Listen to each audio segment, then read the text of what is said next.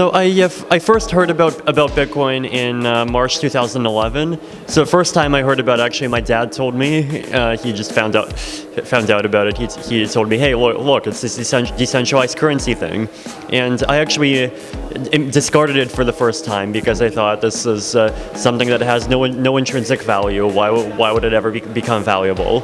So, but then I heard about it again after a few weeks, and so I thought, this might be something actually serious and worth getting into.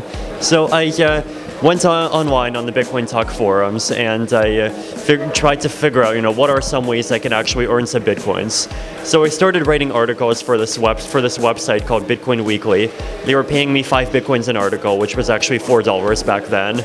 So my first ever job, paid about $1 an hour, earns 20 Bitcoins, spent 8.5 of them on a t-shirt, and then it just kept on going from there. So I went into, Mihai Alicia contacted me in about September 2011. He said, oh, hey, I'm founding a magazine. Do you want to become a writer for us? And so, I became a co-founder for Bitcoin Magazine, and then it kept on going. In 2013, I left university to travel around and work on Bitcoin projects full time.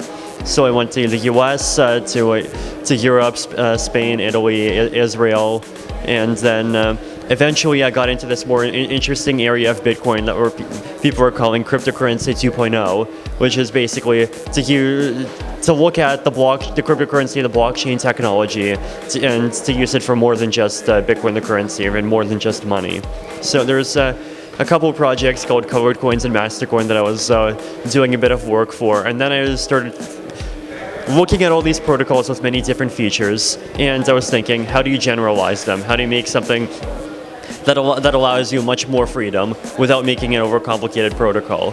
So I came up with this idea of having a blockchain with a built-in programming language, and that's basically what Ethereum is. Yeah, quite a nice conference. Lots of interesting people here. Once you go through enough of these conferences, you start seeing lots of familiar faces. So, just back to another great event with interesting presentations. Get Ethereum done.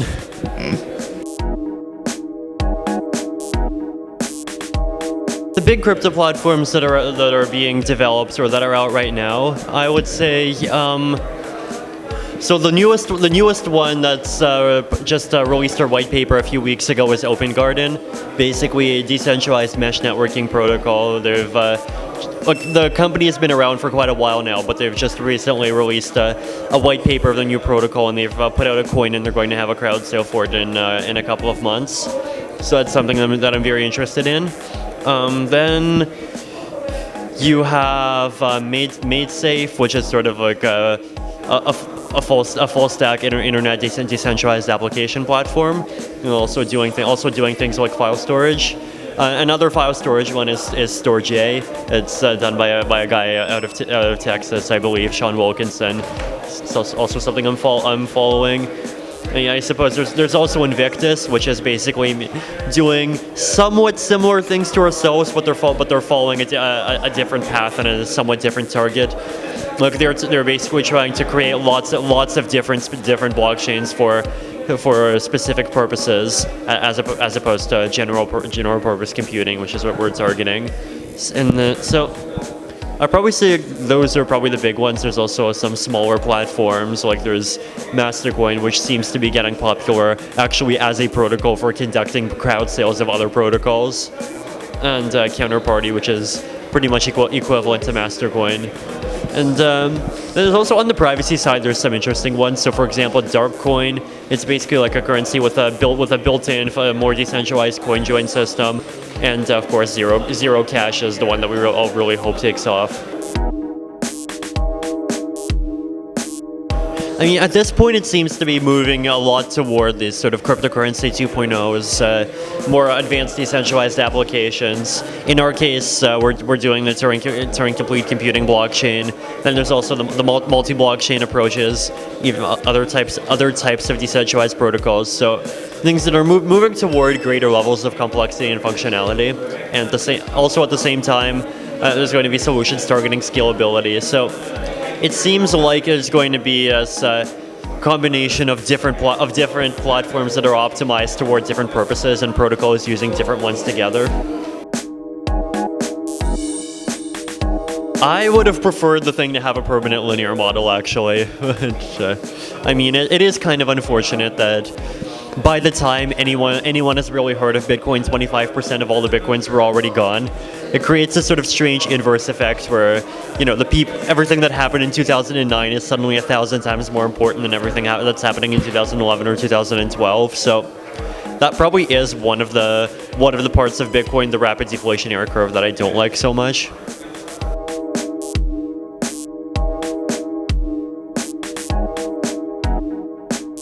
Right now, I'm working with the Ethereum project, which is you know what Ethereum project is? No. It's a way of decentralizing transaction-based processing. So it's a bit like Bitcoin, but with not just for financial applications, but rather for all applications that need some form of agreement between two parties.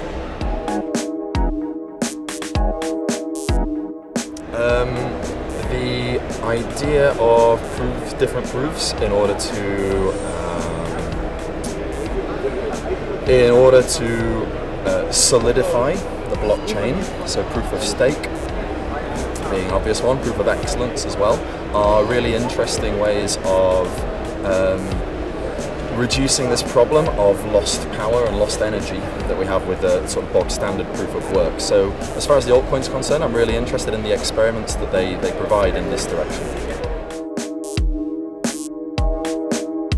I think the change is going to be largely socio-economic in its nature, as more and more people come around to the idea of not having to trust in authorities in order to provide certain basic rules and laws of society, such as the ability to have common currency. That's going to affect how people look into their general interactions and how they build agreements with each other. Web 3.0 is might also be termed the post-Snowden web. So it's this idea that authorities are not always trustworthy, and they don't always act in the same way as how they say that they act. Precisely. And so Web3 seeks to rebuild what is commonly understood as the web, but with a set of technologies in order to decentralize even the notion of having to trust such third parties and authorities. And so what we can do is build trust relationships with each other when necessary, and at other times not have to trust anybody at all in order to do certain interactions or agreements where normally an authority would be required. So Web3 is kind of will deliver a certain trustless, decentralized set of technologies in order to rebuild how we interact with each other. It's a hard question to answer. I would say you can't go wrong with studying the fundamentals of computer science and economics. I think those are really where things are going. We're going to see a real mixing between the two. How do we build systems whereby it's very difficult for any one individual party to gain the outcome? So game theoretic, specifically in economics, would be a very useful area of study, but similarly the fundamentals of computer science and programming and how those two fit together, in particular the declarative paradigm of programming. Net neutrality is a very important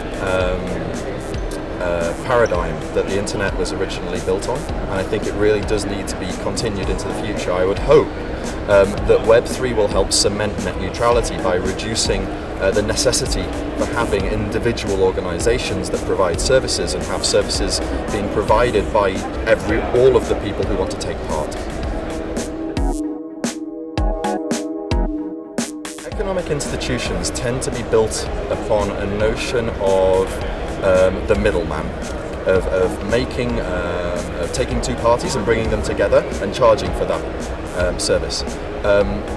Because Ethereum exists as a method of arbitrating such interactions, but in a trust-free, authorityless manner, in a way, there aren't many economic institutions that could not, in some respect, be substituted by this system. So really the question should become, how will economic institutions change in order to best utilize the coming technology? To answer that question, I think it is difficult to do up front, but certainly economic institutions should get used to the idea that authorities are not necessarily going to be needed to do to arbitrate such interactions. In the same way that perhaps lawyers will, their job will morph into the future into not necessarily people that arbitrate between parties, but rather people that explain repercussions to individuals up front. And so it will become hopefully a bit more of an honest game. Be sure to follow Cointelegraph.